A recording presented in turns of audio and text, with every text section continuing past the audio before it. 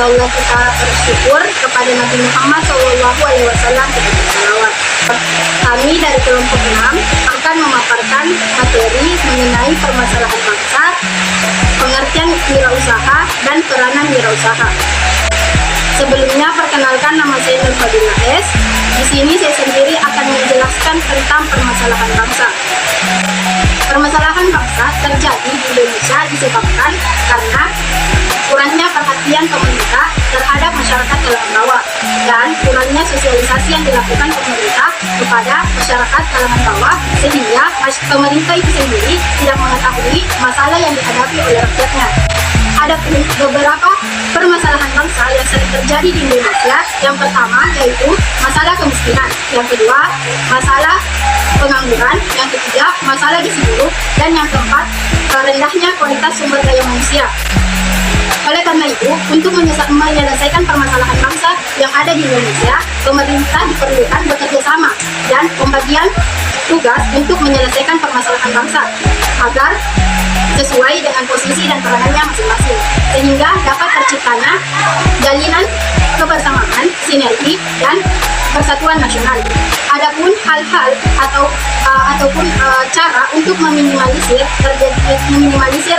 agar permasalahan bangsa ini dapat diselesaikan, yang pertama yaitu memberikan bantuan sembako kepada masyarakat yang kurang mampu. Yang kedua membuka lapangan kerja sebanyak-banyaknya agar dapat mengurangi angka pengangguran yang ada di Indonesia. Yang ketiga, memberikan pelayanan kesehatan gratis kepada masyarakat yang kurang mampu agar dapat memeriksakan kesehatannya dengan baik, agar tidak ada lagi masyarakat yang berdampak terhadap penyakit gizi buruk.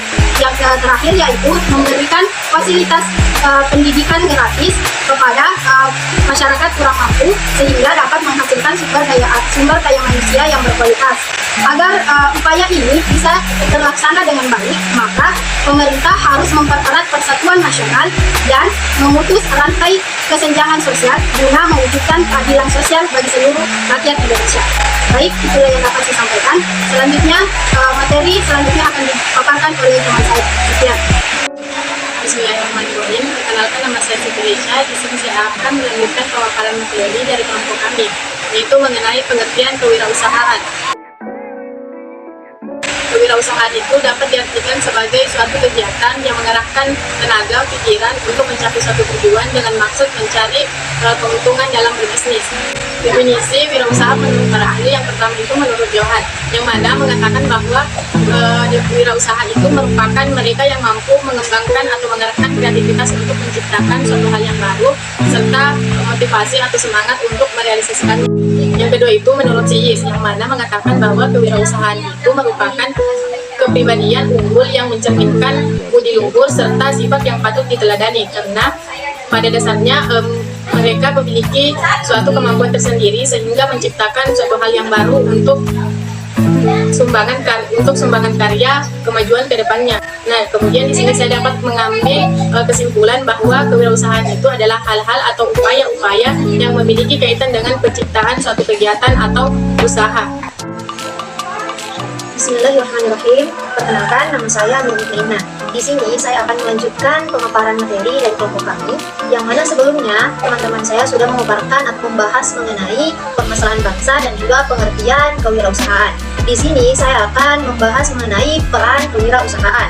Peran kewirausahaan sendiri di sini ada 6. Yang pertama, membuka lapangan pekerjaan. Wirausaha atau kewirausahaan berkontribusi dalam menciptakan lapangan kerja bagi masyarakat. Dengan terciptanya lapangan kerja, maka masyarakat memiliki peluang yang besar untuk mendapatkan pekerjaan. Dampaknya, ekonomi masyarakat membaik, perekonomian negara juga ikut membaik. Kemudian yang kedua, meningkatkan pendapatan nasional. Nah, di dalam pendapatan nasional tercatat nilai output dari semua produk yang baru diproduksi.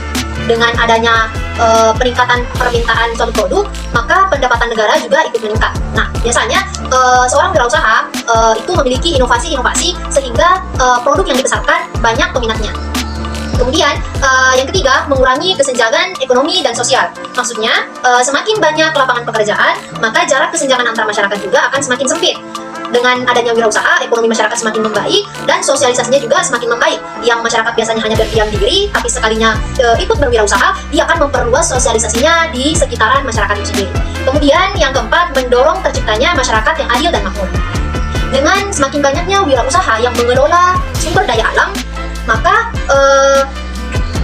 kesejahteraan masyarakat akan meningkat, sehingga akan tercipta masyarakat yang adil dan makmur. Kemudian yang kelima, menambah investasi di dalam negeri. Nah, investasi itu sendiri adalah kegiatan menanam modal atau dana pada sejumlah bisnis. Misalkan, seorang wirausaha berinvestasi di dalam perusahaan properti atau berinvestasi emas, seperti itu. Kemudian yang terakhir yaitu menambah pemasukan sektor pajak. Nah, wirausahawan yang ada itu mereka harus membayar pajak kepada negara. Nah, dengan semakin bertambahnya atau semakin banyaknya jumlah wirausaha, maka semakin banyak pula yang membayar pajak. Nah, sekian pembahasan dari kelompok kami, lebih dan kurangnya mohon dimaafkan.